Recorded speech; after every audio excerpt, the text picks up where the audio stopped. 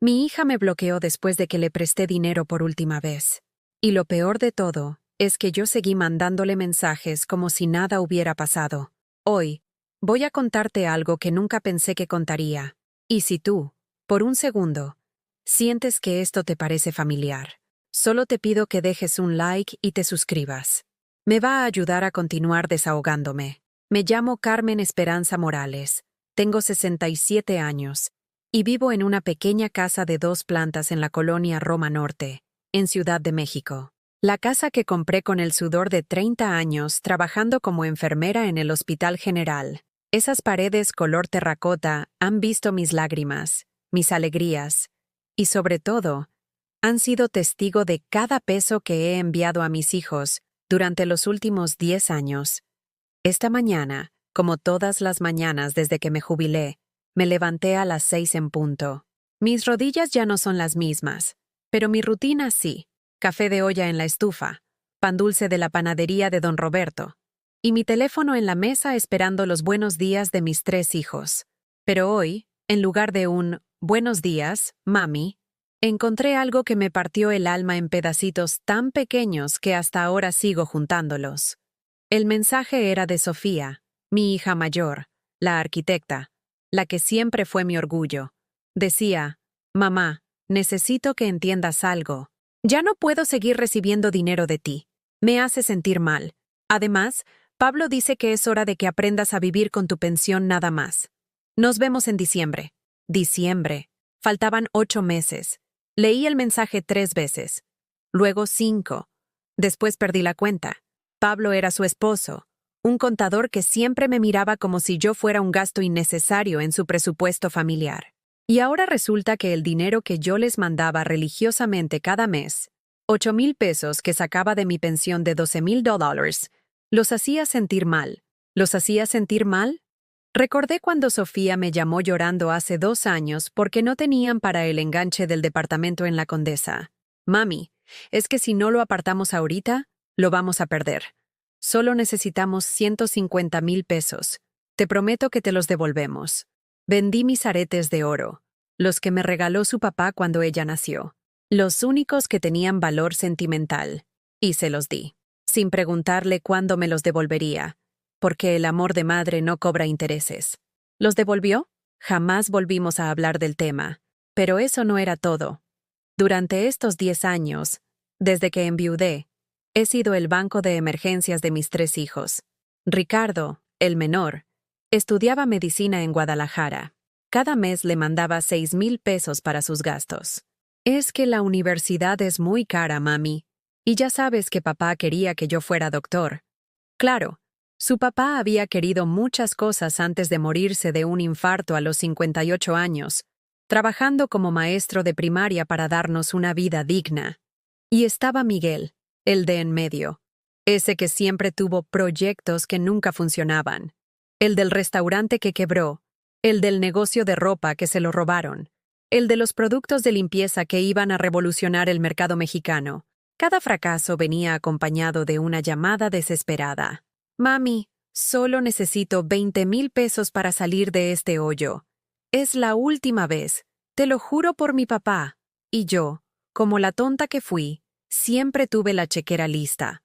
Pero el mensaje de Sofía no solo me dolió por el dinero. Me dolió por el tono, por la frialdad, por esa manera de cortarme de su vida como quien cancela una suscripción que ya no necesita. Me quedé sentada en mi silla de mimbre, esa que compré en el mercado de Xochimilco cuando los niños eran pequeños y todavía me decían «mami», con cariño. No con esa prisa de adultos ocupados que tienen cosas más importantes que hacer que hablar con su madre. El café se me enfrió. El pan dulce se quedó ahí, untado de mantequilla que se derretía lentamente, como mi corazón. Intenté llamarla. Buzón de voz. Le escribí: «Hija, ¿podemos platicar? No entiendo qué pasó». El mensaje se quedó en «entregado» por horas. Después cambió a «leído», pero no hubo respuesta.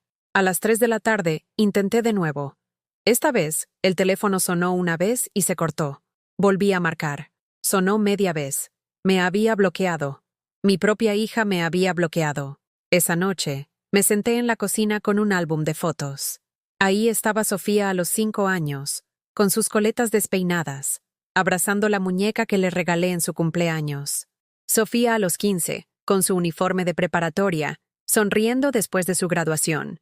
Sofía a los 25, en su boda, con el vestido que yo ayudé a pagar porque quería que fuera perfecta para el día más importante de su vida. En todas las fotos yo estaba ahí. A veces en el fondo, a veces sosteniendo algo, a veces solo sonriendo desde un costado. Siempre presente, siempre disponible, siempre dando. Y ahora, después de 42 años de ser su madre, de cambiarle pañales, de desvelarme cuando tenía fiebre, de trabajar dobles turnos para pagarle la universidad privada porque en la pública no iba a recibir la educación que se merecía, me eliminaba de su vida con la facilidad de quien borra un contacto molesto. Cerré el álbum y lo puse de regreso en el mueble de la sala, al lado de la foto de mi esposo Ernesto, que desde su marco de madera me miraba con esa sonrisa que siempre me tranquilizaba. ¿Qué habrías hecho tú, amor?, le pregunté a la foto. Pero Ernesto ya no podía aconsejarme, y por primera vez en 10 años, me sentí completamente sola en esta casa que se había vuelto demasiado grande para una sola persona. El teléfono sonó. Era Ricardo. «Mami, oye, ¿ya me depositaste lo de este mes? Es que necesito comprar unos libros y...» Colgué. Y en ese momento, algo cambió dentro de mí. Algo que había estado dormido durante años, enterrado bajo capas y capas de amor incondicional y sacrificio maternal. Se despertó mi dignidad. Esa noche no pude dormir. Me quedé despierta recordando cada peso, cada sacrificio, cada sí, mijo que había dicho durante estos años. Y mientras las horas pasaban en mi reloj de pared, ese que compré en el mercado de Sonora cuando los niños eran pequeños y que marca cada segundo con un tic-tac que ahora sonaba como reproches, fui reconstruyendo la historia que nunca me había atrevido a contar. Todo empezó cuando Ernesto murió. Los niños ya eran adultos. Pero de alguna manera, yo me convertí en la red de seguridad de todos. La primera en recibir llamadas cuando algo salía mal. La última en recibir visitas cuando algo salía bien. Recordé aquella madrugada de diciembre, hace 4 años, cuando sonó el teléfono a las 3 de la mañana. Era Miguel, llorando como cuando era niño y se caía de la bicicleta. «Mami, me metí en un problema muy grande. Le debo dinero a unas personas que no entienden de tardanzas». Su voz temblaba.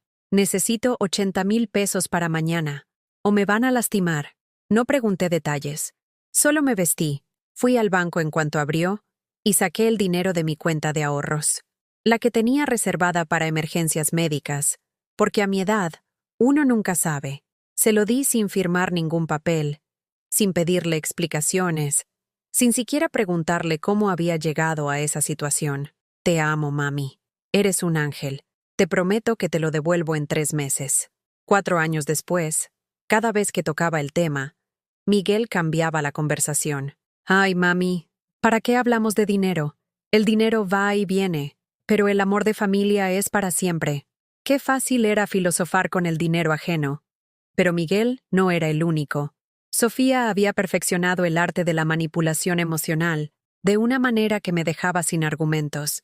Cada petición venía envuelta en recuerdos hermosos y promesas brillantes. «Mami, ¿te acuerdas cuando era niña y me decías que iba a ser arquitecta? Pues ya casi lo logro, pero necesito 25,000 pesos para el último semestre. Es mi sueño, mami. El sueño que tú me ayudaste a construir. ¿Cómo negarle el sueño a tu hija? ¿Cómo decirle que no cuando ella misma te recuerda que fuiste tú quien sembró esa ilusión en su corazón? Vendí mis anillos de compromiso, los que Ernesto me había dado cuando éramos jóvenes, y él trabajaba de albañil para poder casarse conmigo. Fui a la casa de empeño de la calle Regina, esa donde van las señoras desesperadas a convertir sus recuerdos en efectivo. El señor detrás del mostrador los pesó como si fueran chatarra. «Le doy $18,000 por los dos. Pero tienen valor sentimental, señora. Aquí el sentimiento no pesa, el oro sí.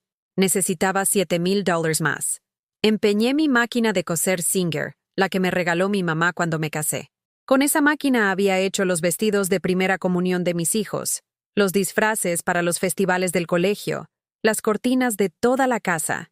Cuando le entregué el dinero a Sofía, me abrazó tan fuerte que por un momento olvidé el peso de los sacrificios. Eres la mejor mamá del mundo. Cuando sea una arquitecta exitosa, te voy a comprar una casa más grande. Nunca recuperé mis anillos. La máquina sí, pero meses después, cuando ya había pagado los intereses que casi duplicaban el préstamo, y la casa más grande nunca llegó. En cambio, llegaron más peticiones. Ricardo era diferente. Él no pedía con lágrimas, pedía con lógica, con argumentos tan sólidos que yo me sentía egoísta si dudaba. Mami, estoy en el último año de medicina. Si no pago la colegiatura ahora, pierdo todo lo que hemos invertido estos 6 años. Son 45,000 pesos. Piénsalo como una inversión. Cuando sea doctor, te voy a regresar todo multiplicado. Para conseguir esos 45,000 pesos, trabajé de enfermera particular durante mis vacaciones. Cuidé a la señora Esperanza, una anciana que había perdido la movilidad después de una embolia.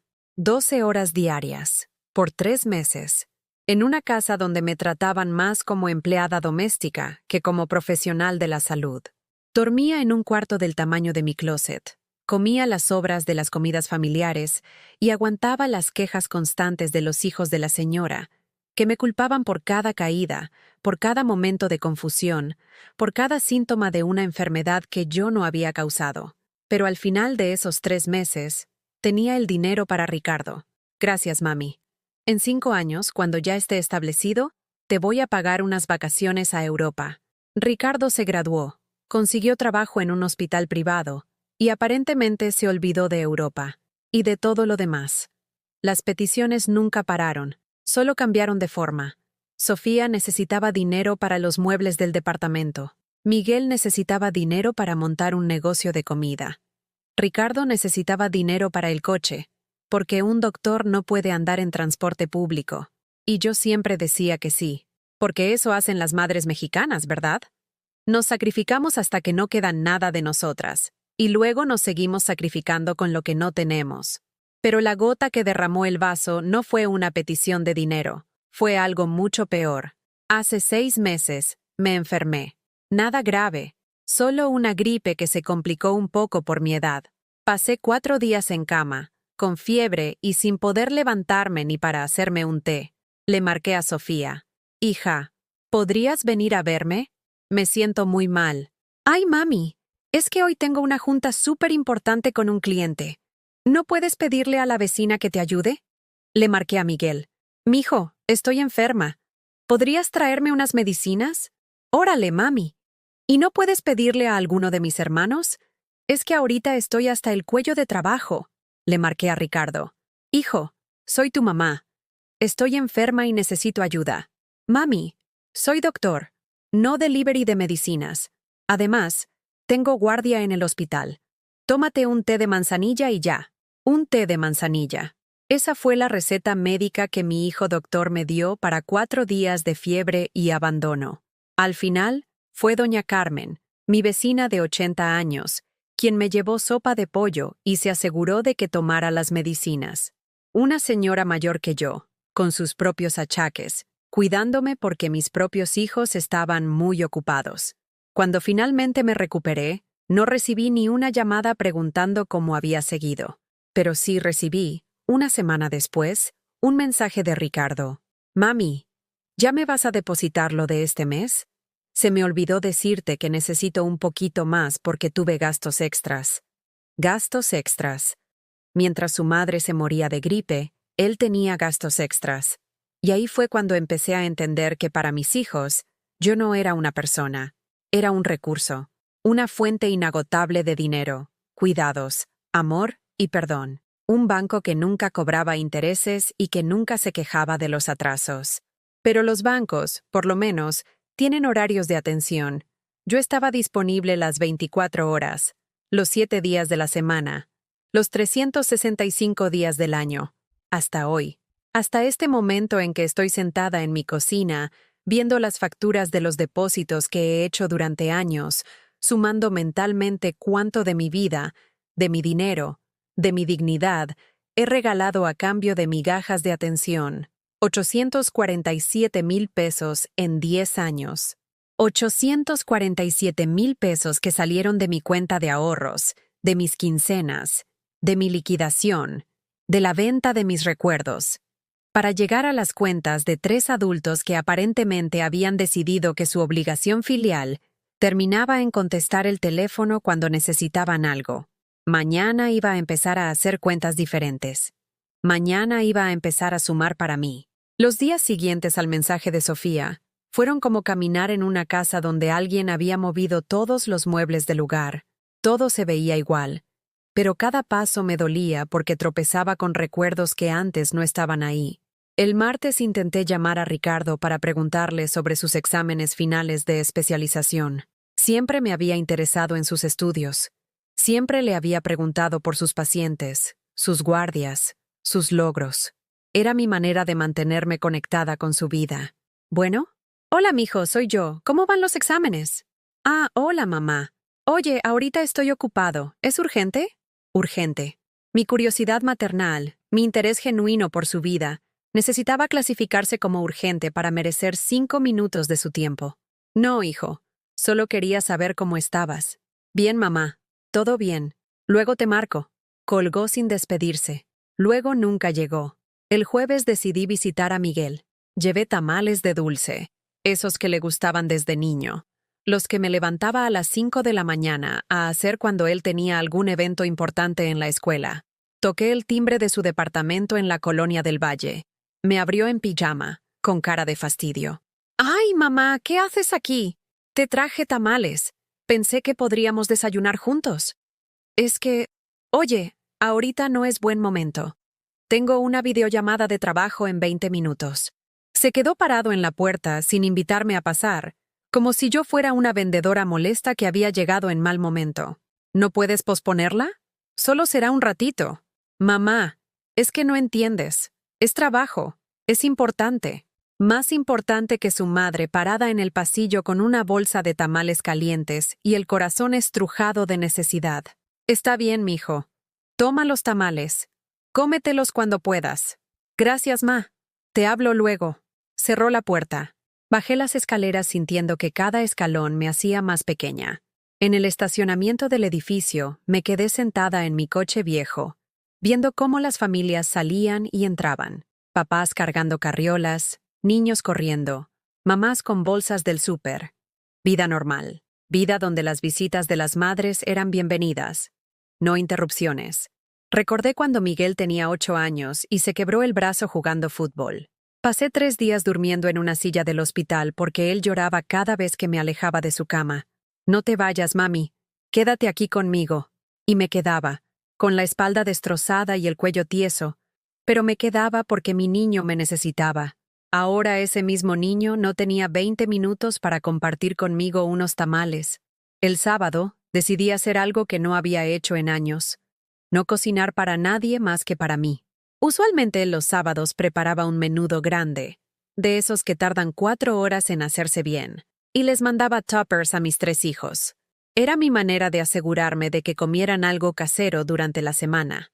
Pero ese sábado hice solo una quesadilla, con queso Oaxaca, de ese que se derrite perfecto, y me la comí despacio, viendo las noticias de la mañana, sin prisa, sin pensar en quién más tenía hambre, sin calcular porciones, sin separar lo mejor para otros. Por primera vez en décadas, disfruté completamente mi comida. El domingo, día que tradicionalmente dedicaba a limpiar la casa pensando en que algún hijo podría visitarme, decidí irme a caminar por Chapultepec.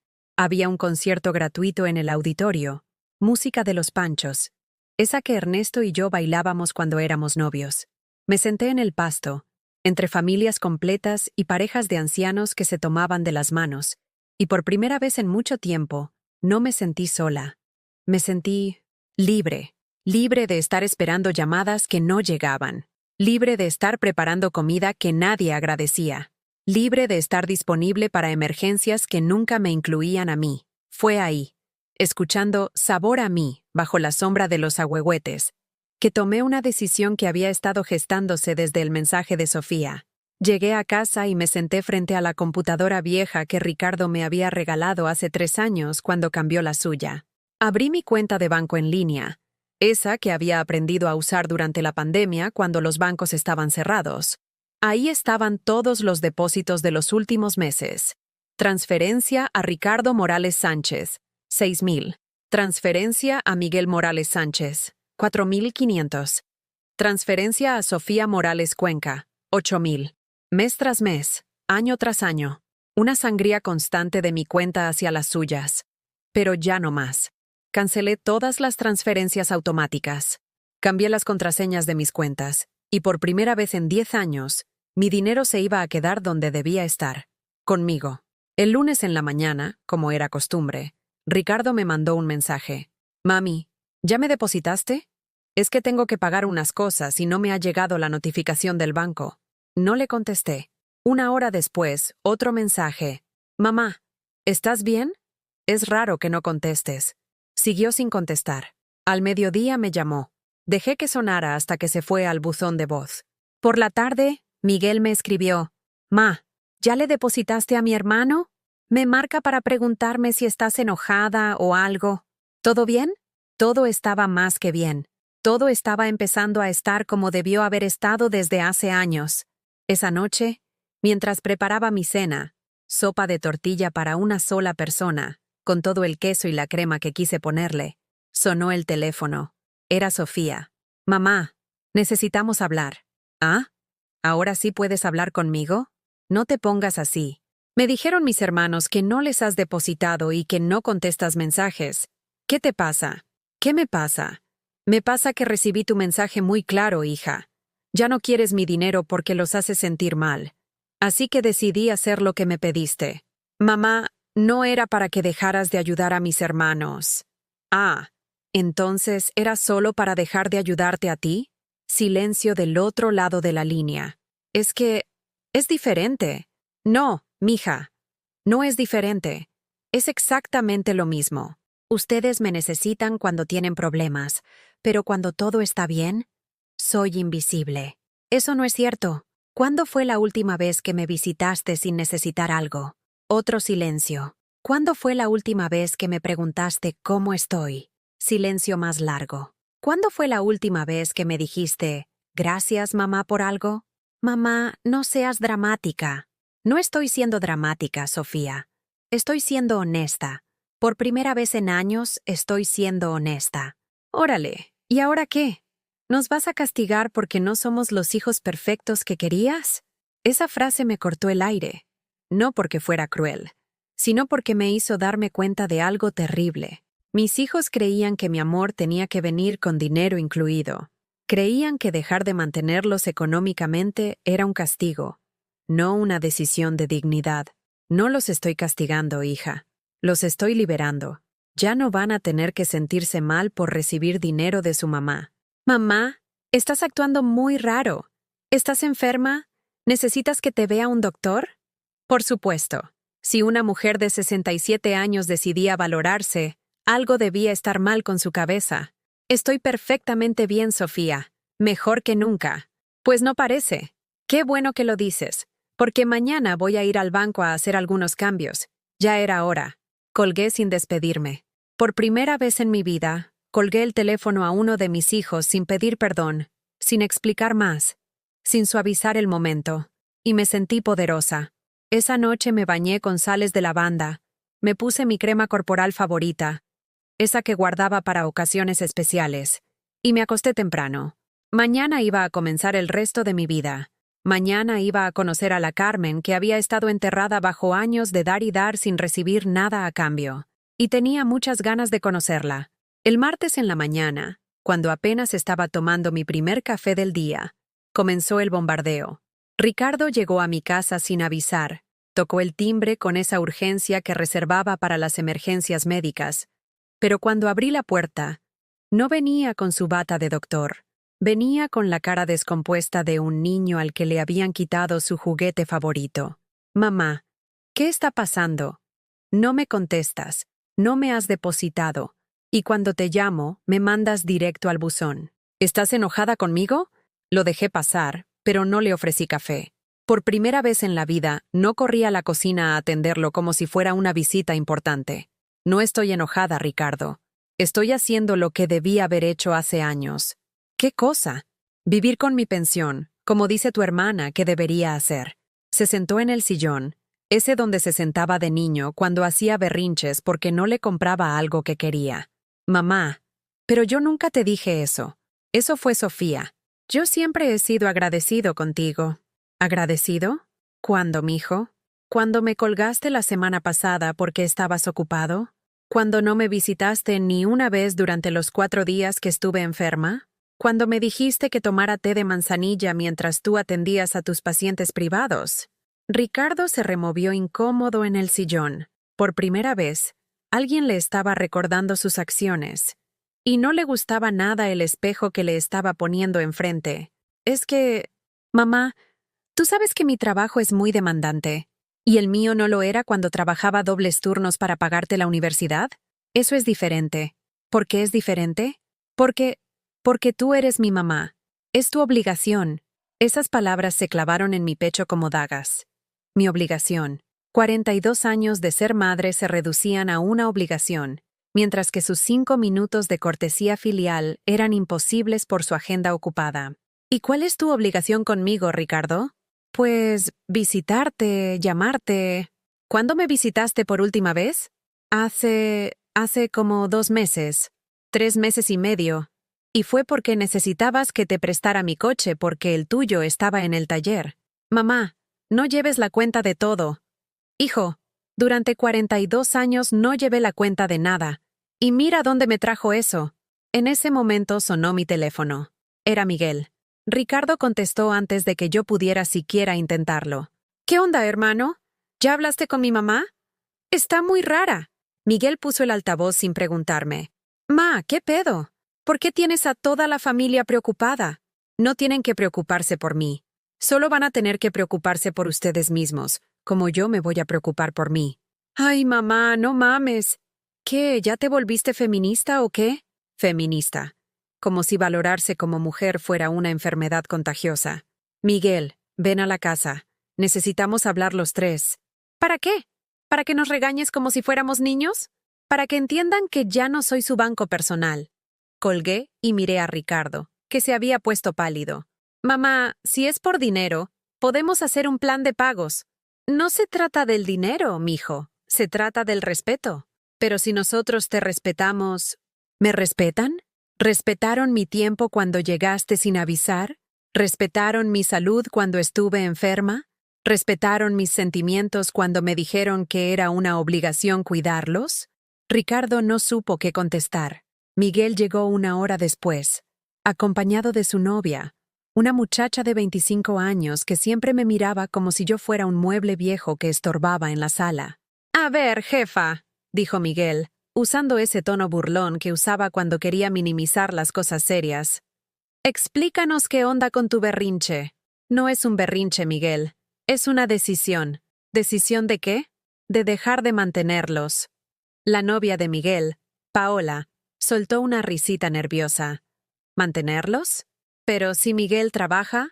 Sí, trabaja, pero cada mes me pide dinero para el coche, para la renta, para las salidas contigo, para los regalos que te compra. Paola se puso roja. Yo no sabía que... No, claro que no sabías.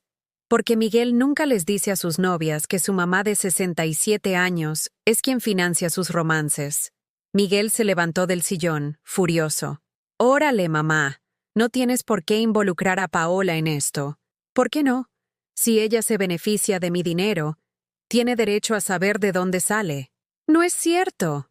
¿No es cierto? Miguel, el mes pasado me pediste 3,000 pesos porque querías llevarla a Cuernavaca el fin de semana. ¿Con qué crees que pagaste ese hotel? Paola miró a Miguel con una expresión que no había visto antes, como si no conociera al hombre que estaba a su lado. ¿Es eso cierto? Miguel no contestó. Miguel, ¿es cierto? Es que... es complicado. No es complicado, dije yo. Es simple. Durante años ustedes han vivido por encima de sus posibilidades porque sabían que yo iba a cubrir la diferencia. Ricardo se aclaró la garganta. Mamá, entendemos que te sientes utilizada, pero puedes hablar con nosotros. No tienes que castigarnos. No los estoy castigando. Los estoy liberando de la carga de tener una madre que los mantiene. Pero nosotros no queremos esa libertad, gritó Miguel. Y ahí estaba la verdad, finalmente dicha en voz alta. No querían la libertad de mantenerse solos. Querían la comodidad de tener una madre que resolviera sus problemas económicos mientras ellos jugaban a ser adultos independientes. Pues van a tenerla de todas formas. En ese momento llegó Sofía. Había usado sus llaves, esas que yo le había dado para emergencias, pero que ella usaba para entrar cuando se le antojaba. ¿Qué es esto? ¿Una intervención? Es una conversación que debimos tener hace años, contesté. Sofía se sentó en el sillón más alejado de mí, como si mi nueva actitud fuera contagiosa. Mamá, mis hermanos me contaron lo que está pasando. Creo que estás exagerando las cosas. ¿Exagerando? Sí, todos los padres ayudan a sus hijos. Es normal. ¿Es normal que una madre de 67 años se mantenga trabajando para mantener a 3 adultos de más de 30 años? Tú ya no trabajas, mamá. Estás jubilada. Estoy jubilada, pero sigo trabajando para ustedes. Cada peso que les doy sale de una pensión que no me alcanza ni para mis medicinas. ¿Qué medicinas?, preguntó Ricardo, como si fuera la primera vez que escuchaba que su madre podía tener problemas de salud. Las de la presión, las de la artritis, las vitaminas que el doctor me recetó después de los análisis. ¿Qué análisis? Los que me hice el mes pasado, cuando fui sola al hospital porque ustedes estaban ocupados. Los 3 se miraron entre sí, como si se estuvieran dando cuenta de que había una vida mía de la que no sabían nada. ¿Estás enferma?, preguntó Sofía, con una voz que por primera vez sonaba preocupada.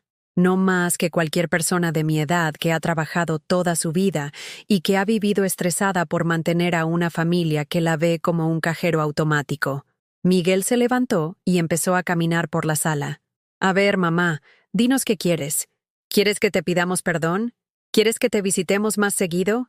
¿Quieres que te digamos que te amamos? ¿Qué quieres? Quiero que se mantengan solos. ¿Y ya? Y ya. ¿Y si no podemos? Van a poder.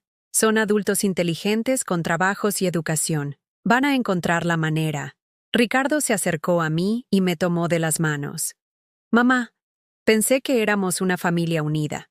Éramos una familia donde yo daba y ustedes recibían. Eso no es unión, mijo. Eso es dependencia. Pero siempre has estado ahí para nosotros. Y siempre voy a estar. Pero ya no como su proveedora económica. Sofía se levantó, furiosa. ¿Sabes qué? Haz lo que quieras, pero no vengas después llorando porque te sientes sola. No voy a llorar, hija.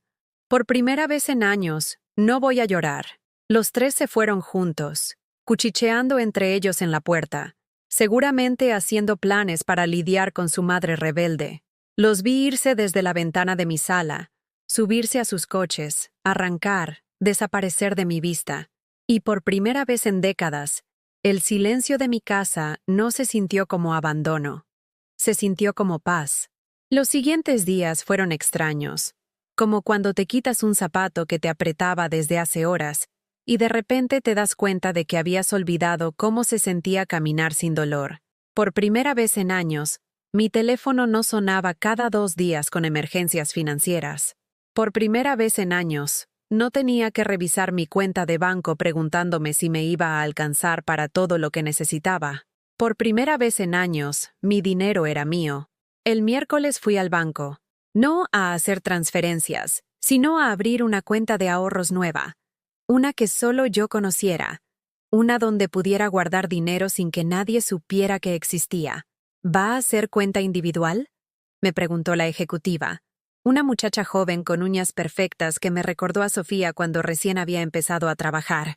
Sí, individual. Solo yo voy a tener acceso. ¿No quiere agregar beneficiarios? ¿Familiares que puedan...? No, solo yo. Fue extraño decir esas palabras. Durante décadas, todo lo que tenía estaba conectado de alguna manera con mis hijos. Cuentas donde podían hacer depósitos cuando me ayudaban con algún pago. Tarjetas adicionales que les había dado para emergencias, seguros donde aparecían como beneficiarios principales. Por primera vez en mi vida adulta, Algo era completamente mío. Deposité 15,000 pesos. Era parte del dinero que no había gastado en las transferencias mensuales de enero y febrero. Dinero que por primera vez se iba a quedar quieto en una cuenta, ganando intereses para mí. Al salir del banco, en lugar de irme directo a casa como siempre hacía, decidí caminar por el centro histórico. Había una exposición de fotografía en el Palacio de Bellas Artes que había querido ver, pero nunca tenía tiempo, porque los fines de semana los dedicaba a cocinar para mis hijos o a esperarlos por si necesitaban algo. La exposición era sobre mujeres artistas mexicanas que habían sido olvidadas por la historia. Mujeres que habían creado obras hermosas, pero que habían sido opacadas por sus esposos, sus hermanos, sus hijos. Mujeres que habían dado su talento para que otros brillaran. Me quedé mucho tiempo frente a una fotografía de Lola Álvarez Bravo.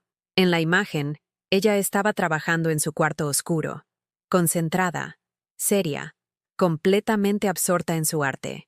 Leí que había sido una de las fotógrafas más importantes de México, pero que durante años solo se le conocía como la esposa de Manuel Álvarez Bravo. Hermosa exposición, ¿verdad?, me dijo una señora que estaba parada a mi lado. Era elegante, de mi edad más o menos, con el cabello plateado perfectamente arreglado y una sonrisa que no pedía permiso para existir. Sí, muy hermosa. Y muy triste también. ¿Triste? ¿Por qué? Porque todas estas mujeres tuvieron que elegir entre su arte y su familia, y las que eligieron familia terminaron desapareciendo. La señora me miró con curiosidad. ¿Usted eligió familia? Toda mi vida. ¿Y se arrepiente? Me arrepiento de no haber elegido también a mí. La señora sonrió. Nunca es tarde para empezar. Se alejó antes de que pudiera preguntarle su nombre, pero sus palabras se me quedaron grabadas. Nunca es tarde para empezar. Esa tarde, cuando llegué a casa, hice algo que no había hecho en años.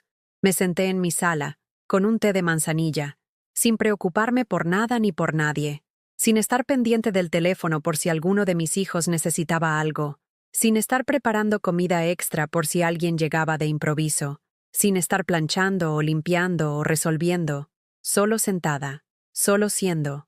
El jueves decidí hacer algo que llevaba años posponiendo, ir al médico para mis chequeos anuales. Había cancelado la cita 3 veces el año pasado, porque siempre surgía alguna emergencia con alguno de mis hijos. Señora Morales, me dijo la doctora después de revisar mis estudios. Su presión está alta, tiene principios de diabetes, y sus niveles de estrés están por las nubes. ¿Ha estado pasando por alguna situación difícil últimamente? Los últimos 10 años de mi vida han sido una situación difícil. ¿Qué tipo de situación? Le conté. Todo. Los hijos adultos que dependían de mí económicamente, la falta de reconocimiento, el agotamiento emocional, la sensación de existir solo para resolver problemas ajenos. ¿Y qué ha hecho al respecto? Hace una semana decidí cortar el apoyo económico. ¿Y cómo se siente? Culpable, pero también libre. La doctora sonrió. La culpa es normal. La han programado para sentirse responsable por la felicidad de otros, pero la libertad es su derecho. Me recetó medicamentos para la presión y vitaminas para el cansancio. Pero más importante, me dio algo que no tenía desde hacía años: la validación de que mi decisión era correcta. Señora Morales, usted ha sido madre durante 40 años. Ya es hora de que sea Carmen. El viernes, mi vecina doña Esperanza tocó mi puerta. Carmen, ¿está todo bien? Hace días que no veo a sus hijos por aquí. Doña Esperanza era una mujer de 75 años que vivía sola desde que enviudó. Sus hijos la visitaban todos los domingos, le traían comida, se quedaban a platicar, le arreglaban cosas de la casa. Era el tipo de relación familiar que yo había soñado tener, pero nunca había logrado construir. Están bien, doña Esperanza. Solo que decidí que ya era hora de que se valieran por sí mismos. Ah, qué bueno. Ya era hora. ¿Usted cree? Carmen, yo la veo desde hace años, siempre corriendo para resolver problemas de hijos ya crecidos, siempre preocupada, siempre cansada. Mis hijos me ayudan a mí, no yo a ellos. ¿Cómo logró eso? Nunca les resolví lo que podían resolver solos. Desde chiquitos les enseñé que el amor no se demuestra resolviendo, se demuestra acompañando. Esa frase se me clavó en el corazón. El amor se demuestra acompañando, no resolviendo. Durante años había confundido ser una buena madre con ser una solucionadora de problemas. Había creído que mi valor como persona dependía de mi capacidad para resolver crisis ajenas. ¿Quiere un café?, le pregunté a doña Esperanza. Me encantaría. Nos sentamos en mi cocina y por primera vez en años tuve una conversación con alguien que no necesitaba nada de mí. Hablamos de plantas, de novelas, de lugares que habíamos visitado, de comida que nos gustaba. Hablamos de nosotras como personas, no como madres o abuelas o resolve problemeras. Carmen, me dijo antes de irse, tiene una casa muy bonita. Debe de disfrutarla mucho ahora que está más tranquila. Cuando se fue, caminé por mi casa viéndola con ojos nuevos. Era verdad, era bonita. Los muebles que había elegido con cuidado, las plantas que había cuidado durante años, los cuadros que había comprado en mercados de artesanías, las fotografías familiares de cuando mis hijos eran pequeños, y todavía me necesitaban de manera sana. Por primera vez en años, mi casa se sentía como mi hogar, no como una estación de servicio donde llegaban a abastecerse y se iban. El sábado sonó mi teléfono. Era un número que no conocía. ¿Abuela Carmen? Era la voz de Isabela, mi nieta de 9 años, la hija de Sofía. Hola, mi amor. ¿Cómo conseguiste mi teléfono? Le pedí el número a la abuela de mi amiga Camila. ¿Por qué ya no vamos a tu casa los domingos? Los domingos. Hasta hace un mes, Sofía traía a Isabela a mi casa casi todos los domingos. No para visitarme, sino porque tenía cosas que hacer, y yo era la niñera gratuita. Isabela se quedaba conmigo mientras Sofía iba al gimnasio, a reuniones con amigas, a hacer mandados. ¿Tu mami no te explicó? Me dijo que estás enojada con nosotros. No estoy enojada, mi amor. Solo estoy aprendiendo a cuidarme a mí misma. ¿Pero eso significa que ya no me vas a ver? Mi corazón se estrujó. Isabela era la única persona en mi familia que me buscaba por amor genuino, no por necesidad. Claro que te voy a ver, mi cielo. ¿Te gustaría venir a comer conmigo hoy? Solo tú y yo. ¿En serio? ¿Sin mi mamá? Sin tu mamá. Tú y yo vamos a hacer quesadillas y vamos a platicar. Sí. Esa tarde, Isabela llegó caminando desde su casa, que estaba a 3 cuadras de la mía. Sofía la había dejado en la esquina sin bajarse del coche. ¿No va a entrar tu mami a saludar? Dice que está ocupada. Por supuesto. Sofía podía usar a su hija para intentar manipularme, pero no podía bajar del coche a enfrentar la conversación incómoda. Isabela y yo cocinamos juntas.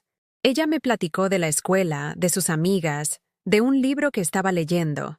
Yo le platiqué de la exposición que había visto, de las mujeres artistas, de la importancia de seguir nuestros sueños. Abuela, ¿por qué mi mamá dice que estás enojada?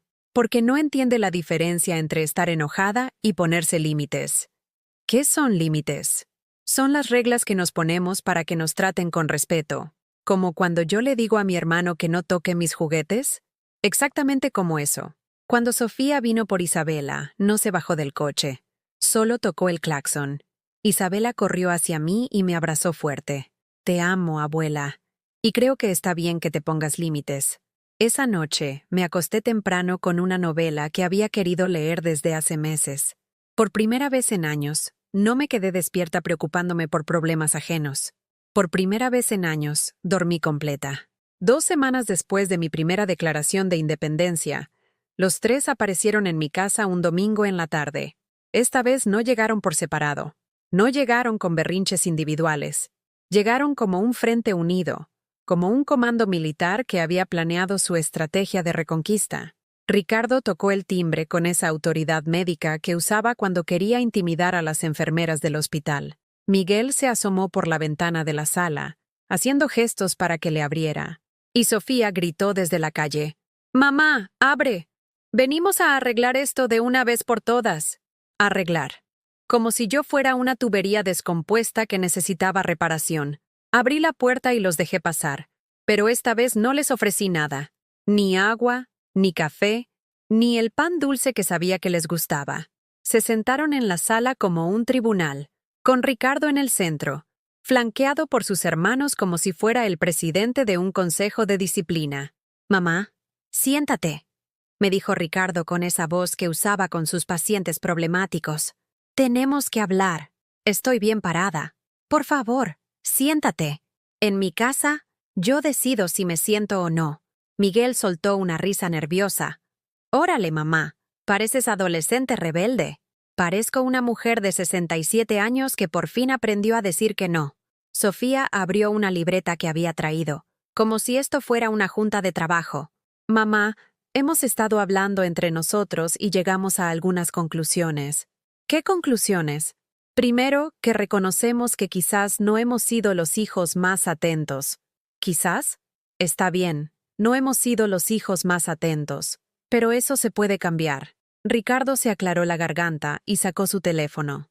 «Por eso hicimos esto». Me mostró la pantalla. Era un calendario digital con fechas marcadas en diferentes colores. ¿Qué es eso? Es un calendario de visitas. Cada uno de nosotros te va a visitar una vez a la semana. Los martes Miguel, los jueves yo, los sábados Sofía. Y una vez al mes, comemos todos juntos. Lo miraba sin poder creer lo que estaba escuchando. Habían hecho un calendario para cumplir con su deber filial, como si el amor fuera una cita médica que se agenda con anticipación. ¿Y qué pasa si tienen algo más importante que hacer? Pues reprogramamos. Claro. Reprograman a la mamá. Miguel se inclinó hacia adelante. «Mamá, estamos haciendo un esfuerzo. ¿No te parece suficiente?» «¿Un esfuerzo?» «Miguel, ¿tú agendas cuando vas a visitar a Paola?» «No, pero ¿programas cuando vas a llamar a tus amigos?» «No es lo mismo». «Tienes razón. No es lo mismo.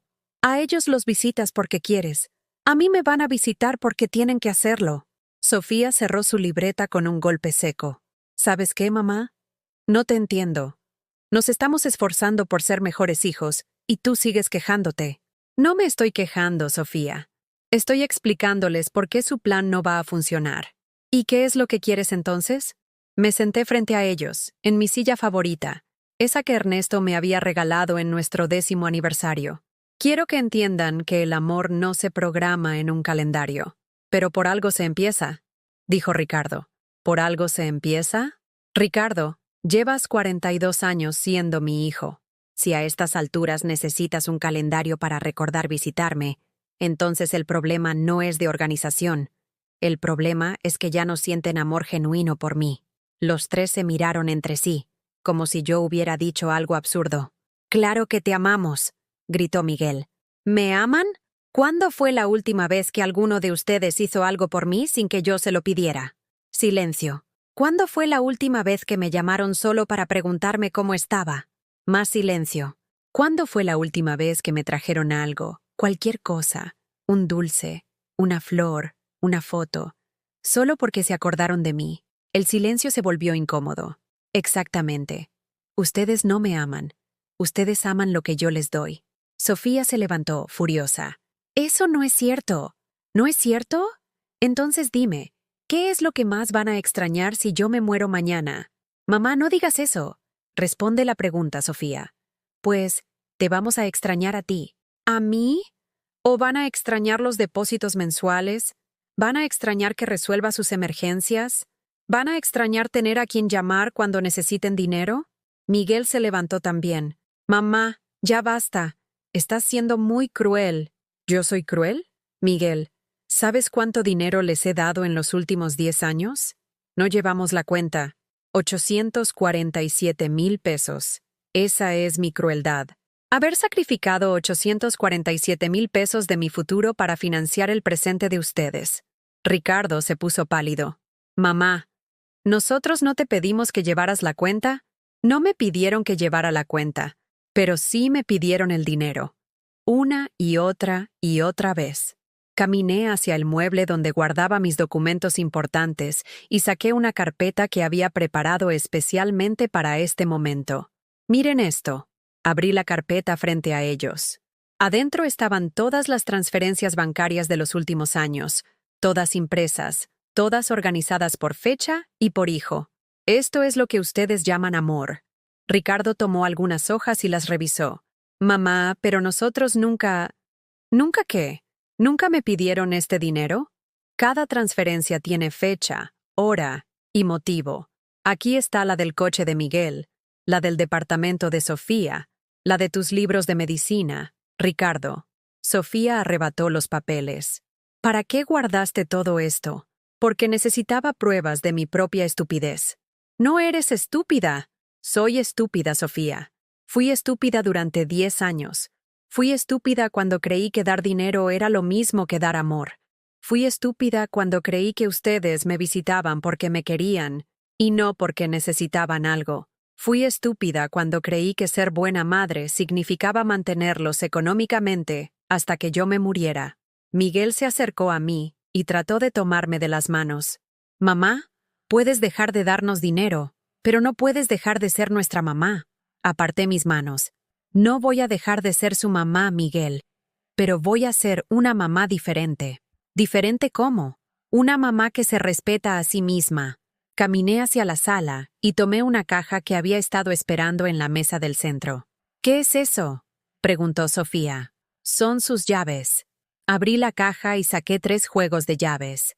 Las llaves de la casa que cada uno tenía para emergencias. Ya no van a necesitarlas. ¿Qué? Si me quieren visitar, van a tocar el timbre como cualquier visita. Van a esperar a que yo les abra. Y si no estoy, o si no quiero abrir, van a respetar eso. Ricardo se levantó de un salto. Mamá, no puedes hacer eso. ¿Y si te pasa algo? ¿Y si tienes una emergencia? Para eso están los vecinos, para eso está el 911. Para eso tengo el brazalete médico que me compré el mes pasado. ¿Qué brazalete médico?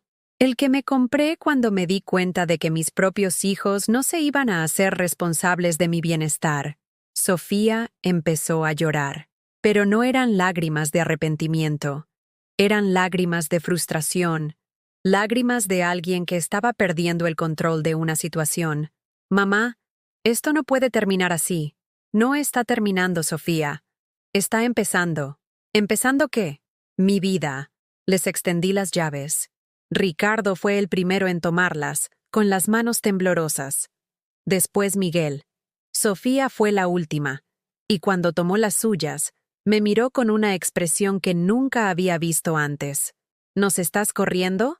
Los estoy liberando. Y me estoy liberando. Se dirigieron hacia la puerta en silencio. Antes de salir, Ricardo se volteó.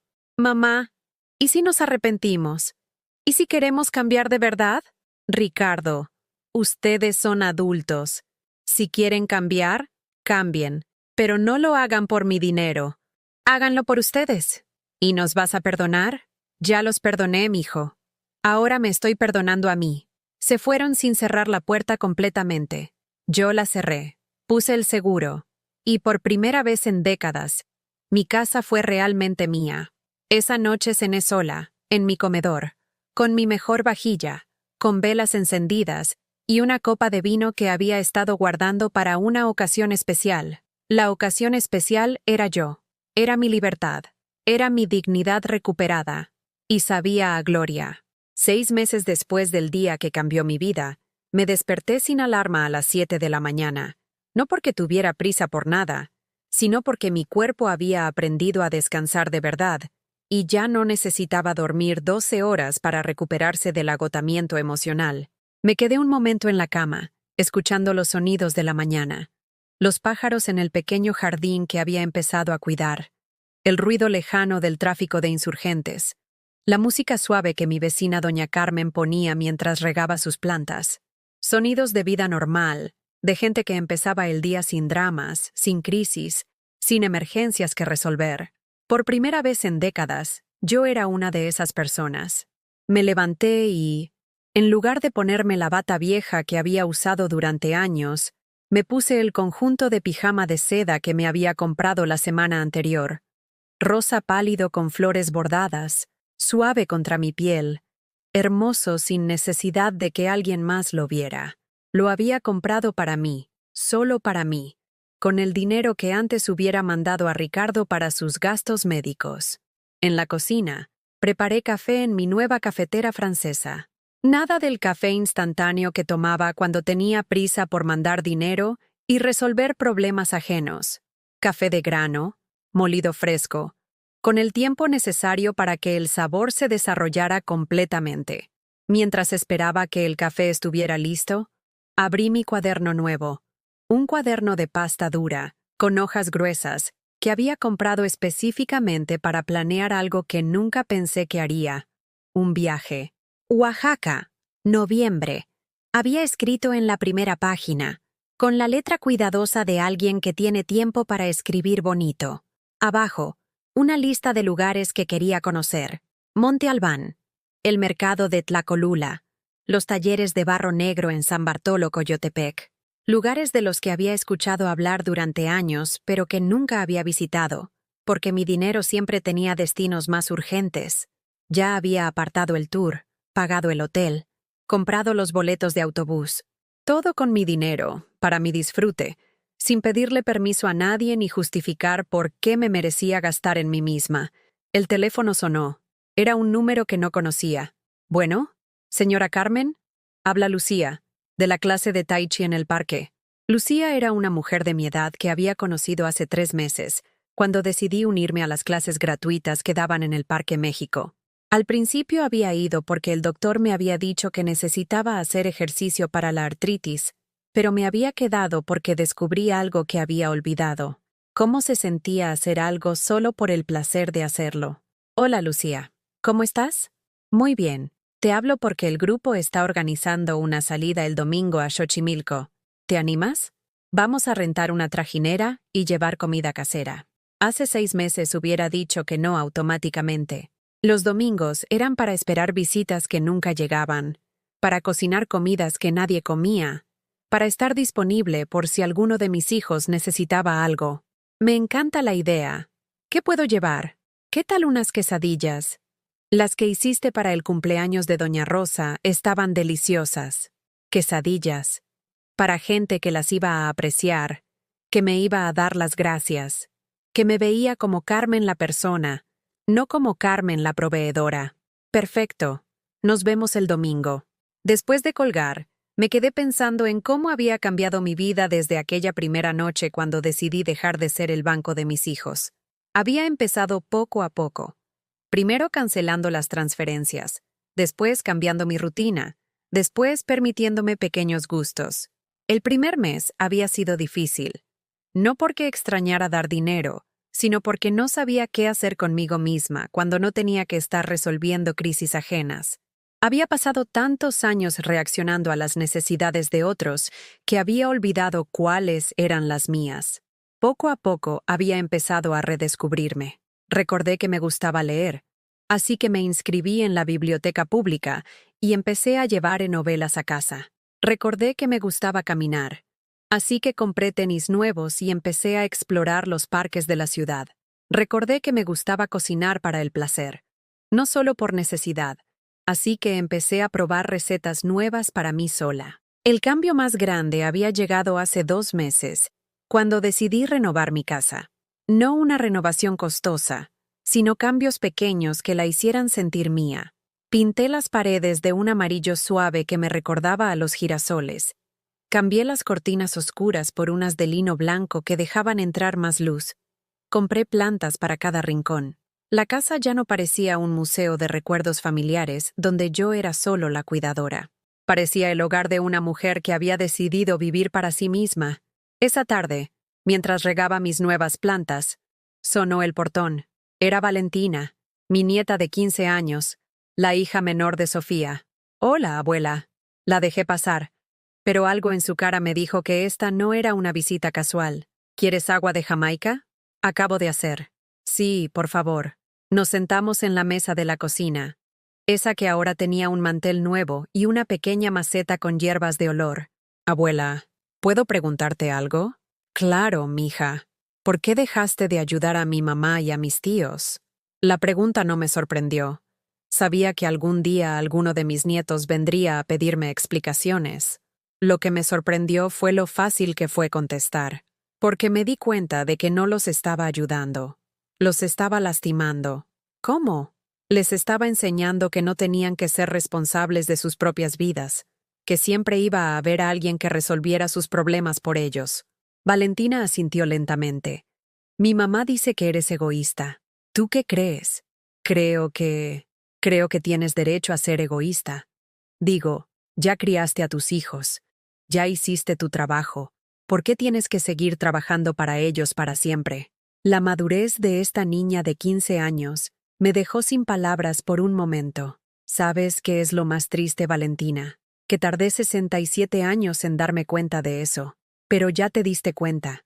Eso es lo que importa. Se levantó y me abrazó. Un abrazo real, de los que duran lo suficiente para sentir el cariño. Abuela, ¿puedo venir a visitarte más seguido? No para pedirte nada, sino para platicar. Me gusta cómo te ves ahora. ¿Cómo me veo? Feliz. Te ves feliz. Después de que se fue Valentina, me senté en mi silla nueva del jardín, esa que había comprado para ver las puestas de sol, y pensé en esa palabra, feliz. ¿Era feliz? Era diferente a lo que había sido antes. Antes había momentos de alegría cuando mis hijos me necesitaban, cuando me sentía útil, cuando podía resolver sus problemas. Pero esa alegría siempre venía acompañada de ansiedad, de preocupación, de la sensación de que nunca era suficiente. Esto era diferente. Esto era una satisfacción profunda, un bienestar que no dependía de nadie más. Era la felicidad de una mujer que había aprendido a valorarse a sí misma.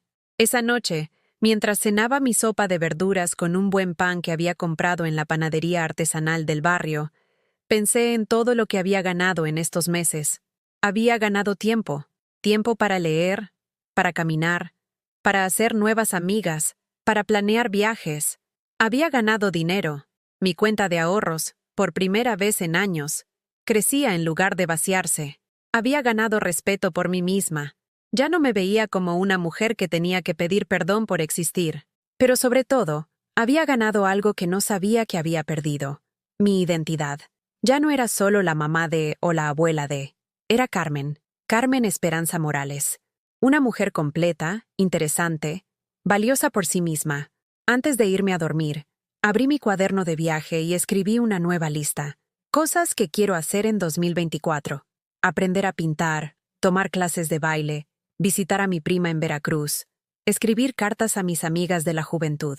Una lista de sueños que finalmente tenía tiempo y dinero para cumplir. Me dormí sonriendo, anticipando un futuro que, por primera vez en décadas, era completamente mío. 8 meses después, estoy sentada en la terraza de mi nueva casa en Tepoztlán, viendo el atardecer pintar los cerros de naranja y rosa. La casa es pequeña, pero es mía. Completamente mía. La compré con el dinero que no gasté en mantener a 3 adultos que creían que mi amor se medía en pesos.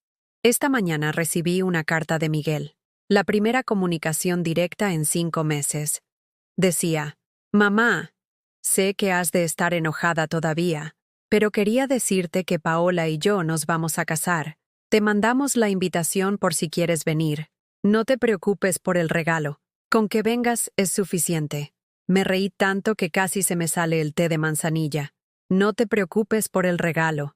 Como si mi asistencia fuera el favor, no su perdón, lo que él debería estar buscando. No voy a ir. No porque esté enojada, sino porque finalmente entendí algo que debí haber aprendido hace décadas. No tengo que estar presente en cada momento importante de sus vidas si ellos no estuvieron presentes en los momentos importantes de la mía.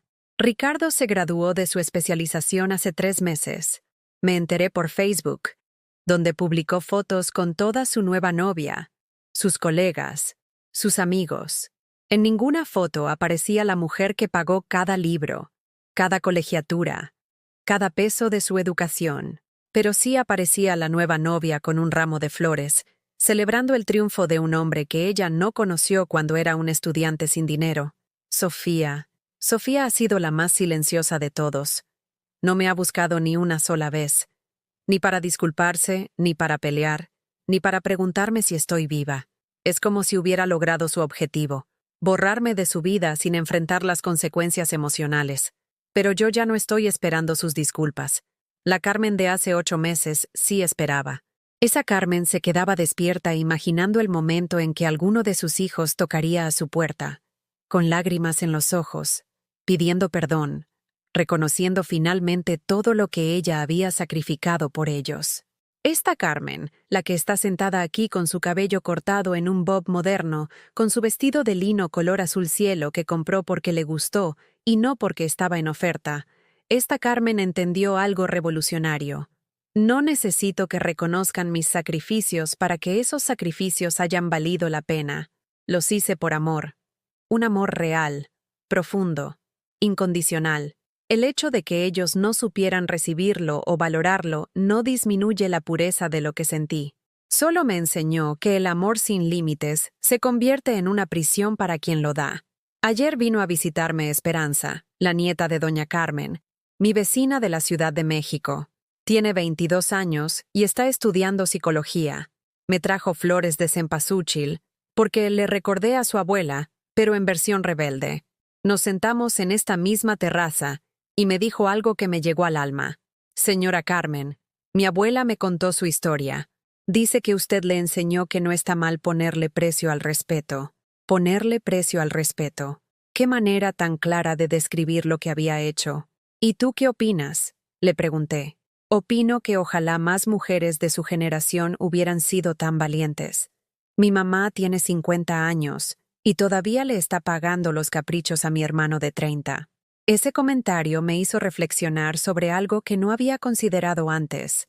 Mi decisión no solo me había liberado a mí. Había plantado una semilla en otras mujeres que, como yo, habían normalizado el abuso emocional disfrazado de obligación maternal. La semana pasada fui al banco a revisar mis cuentas. Por primera vez en una década, mis ahorros han crecido en lugar de disminuir. No es que tenga una fortuna, pero tengo algo más valioso: tranquilidad financiera. El ejecutivo que me atendió, un muchacho joven que me recordó a Ricardo en sus años de universidad, me comentó: Señora, es admirable cómo ha mejorado su situación financiera en tan poco tiempo. Es que dejé de mantener a gente que no me mantenía a mí, le contesté. Se rió, pensando que era una broma, pero yo hablaba completamente en serio. Con ese dinero que antes se desaparecía en las cuentas de mis hijos, me he dado lujos que nunca me había permitido. El mes pasado me fui una semana a Puerto Vallarta, sola, sin pedir permiso, sin avisar a nadie, sin preocuparme por quién me podría necesitar. Caminé por la playa al amanecer. Comí mariscos caros en restaurantes con vista al mar. Leí 3 novelas acostada en una hamaca. Y por las noches bailé salsa con un señor de Guadalajara que me dijo que tenía ojos de mujer sabia. No sé si tengo ojos de mujer sabia, pero sí sé que tengo ojos de mujer libre.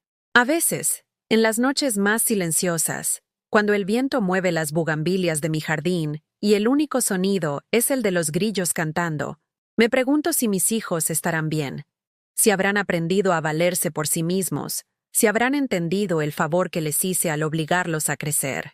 Pero esas preguntas ya no me quitan el sueño, porque entendí que preocuparme por su bienestar y sacrificar el mío por su comodidad son 2 cosas completamente diferentes.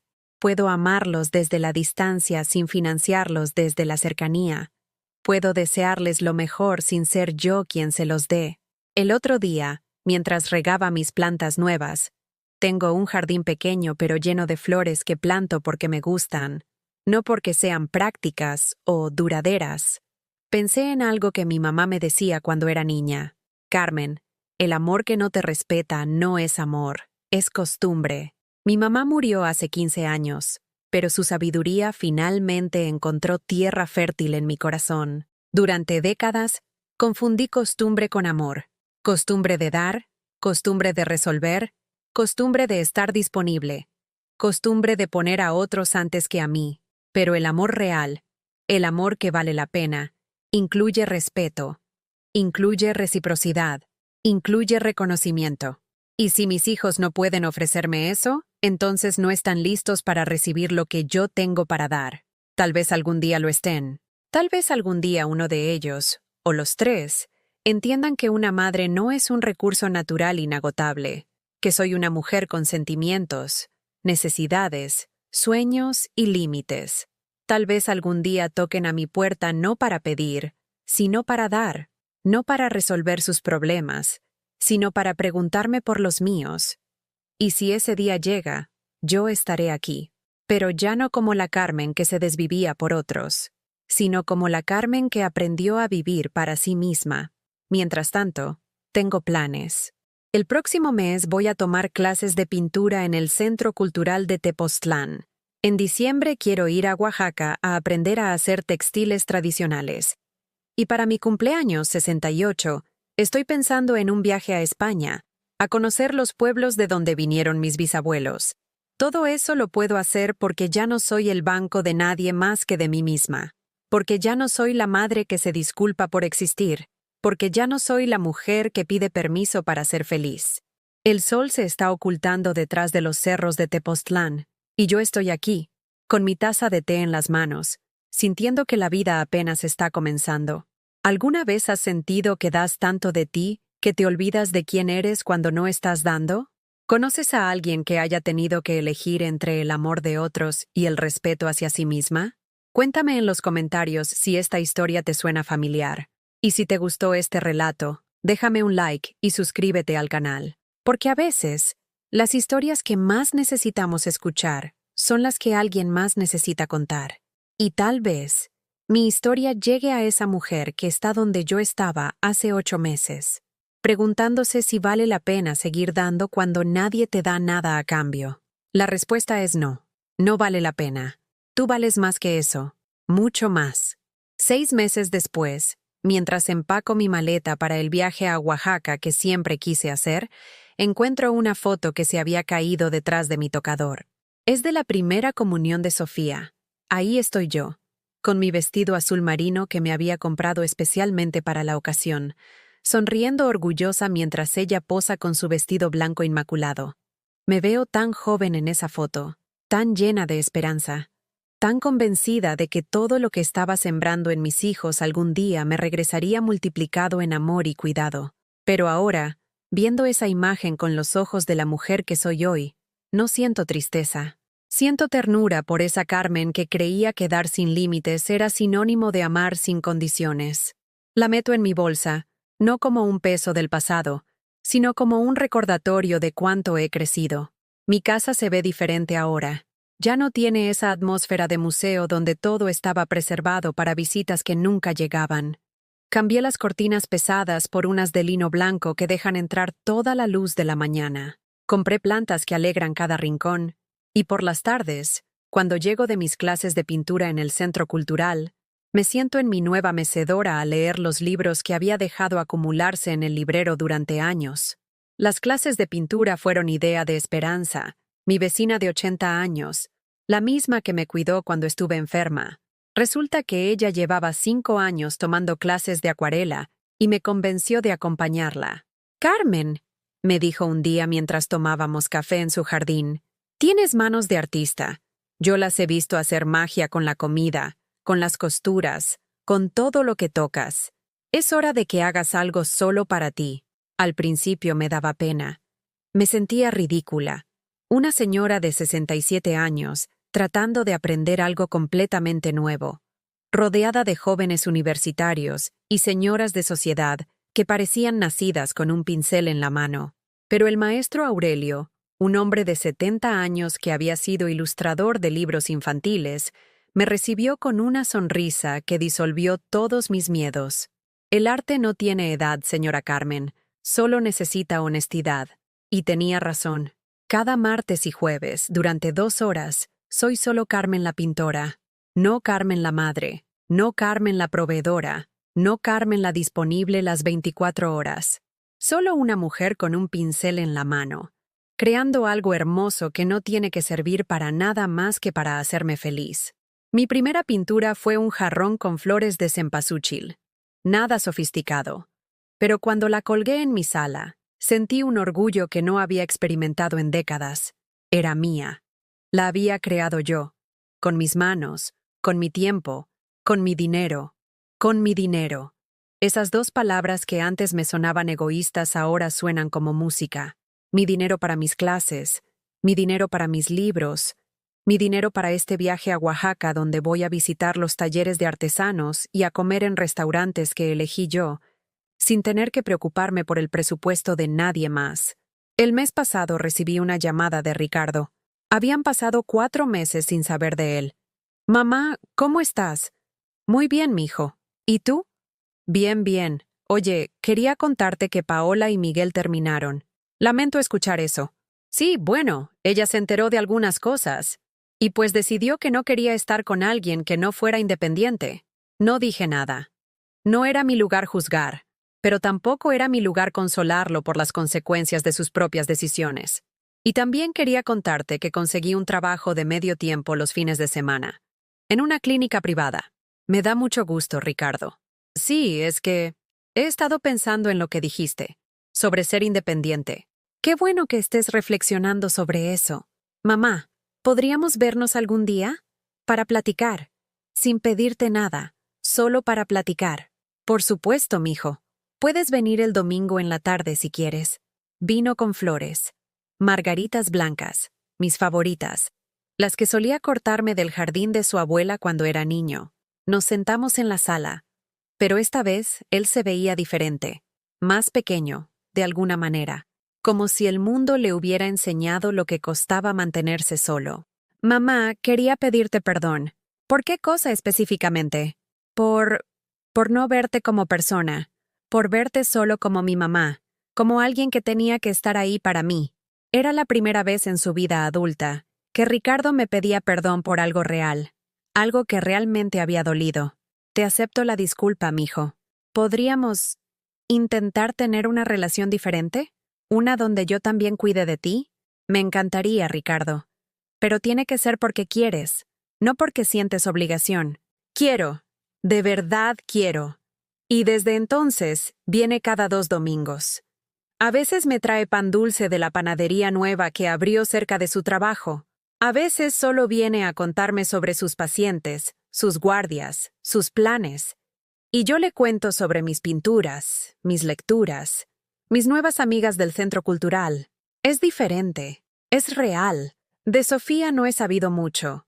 Me enteré por Esperanza, que se encontró con una amiga suya en el mercado, que está teniendo problemas en su matrimonio. Aparentemente Pablo perdió su trabajo y están batallando económicamente. Parte de mí, la madre que sigue siendo a pesar de todo, se preocupa. Pero la mujer que he aprendido a ser, sabe que Sofía tiene que encontrar sus propias soluciones. Si algún día quiere hablar conmigo, aquí estaré. Pero no voy a buscarla. No voy a rogar por su atención. Y definitivamente no voy a rescatarla económicamente. Miguel ha intentado contactarme un par de veces a través de Ricardo, pero por mensajes indirectos. Que si necesita dinero para un proyecto, que si está pasando por una mala racha. Ricardo ya no me transmite esos mensajes completos. Solo me dice, Miguel pregunta por ti. Y ya. La semana pasada, mientras regaba mis plantas en el jardín, vi a una señora mayor parada en la esquina de mi calle. Se veía perdida, confundida. Me acerqué a preguntarle si necesitaba ayuda. Es que vine a ver a mi hija, me dijo con los ojos llorosos. Pero me dice que ahorita no puede atenderme porque tiene visitas importantes. La reconocí inmediatamente. Era doña Refugio, una señora que había visto varias veces en el súper, siempre comprando porciones pequeñas, siempre contando monedas para pagar. ¿Quiere pasar a tomar un café a mi casa? Le pregunté. No quiero molestar. No es molestia. Es compañía. Pasamos toda la tarde platicando. Me contó que tenía 3 hijos, que les había dado todo, que ahora la veían como un estorbo. Su historia era tan parecida a la mía, que por momentos sentí que estaba escuchando mi propia voz de hace 6 meses. ¿Y qué hizo usted? Me preguntó cuando le conté mi historia. Aprendí a quererme tanto como había querido a ellos. ¿Y no se siente sola? Al principio sí, pero después me di cuenta de que llevaba años sintiéndome sola, aún estando rodeada de mis hijos. Doña Refugio viene a visitarme ahora una vez por semana. Tomamos café, pintamos juntas, platicamos de nuestros libros. Es la amistad más genuina que he tenido en décadas. Esta mañana, mientras terminaba de empacar para Oaxaca, recibí un mensaje de un número desconocido. Abuela Carmen, soy Valeria, la hija de Sofía. Mi mamá no sabe que te estoy escribiendo, pero quería decirte que te extraño mucho. ¿Podríamos vernos cuando regreses de tu viaje? Valeria, mi nieta de 14 años, la que siempre fue tímida en las reuniones familiares, la que se quedaba callada mientras los adultos discutían. Le contesté inmediatamente, «Por supuesto, mi amor. Tengo muchas ganas de conocerte mejor». Y era verdad. Durante todos estos años había estado tan ocupada siendo la proveedora de la familia que nunca había tenido tiempo de realmente conocer a mis nietos como individuos. Ahora tengo tiempo. Tengo energía. Tengo ganas de descubrir quién es Valeria más allá de ser la hija de Sofía. Cierro mi maleta y miro por última vez mi casa antes de irme al aeropuerto. En 6 meses ha dejado de ser un santuario de espera para convertirse en un hogar de verdad. Cuando regrese de Oaxaca, voy a empezar un proyecto nuevo. Esperanza y yo estamos planeando abrir un taller de pintura para mujeres mayores en el centro comunitario. Queremos crear un espacio donde las señoras como nosotras puedan descubrir que la vida no termina cuando los hijos se van, sino que puede empezar de nuevo. Tomo la foto de la primera comunión de Sofía y la pongo en mi bolsa de mano, no como una cadena al pasado, sino como evidencia de mi capacidad de amar. Solo que ahora, finalmente, esa capacidad también me incluye a mí. ¿Has vivido alguna vez la experiencia de darlo todo sin recibir el reconocimiento que mereces? Cuéntame en los comentarios si tú o alguien que conoces ha pasado por algo similar. Si esta historia te tocó el corazón, déjame tu like y suscríbete al canal para que este mensaje llegue a alguien que necesita escucharlo.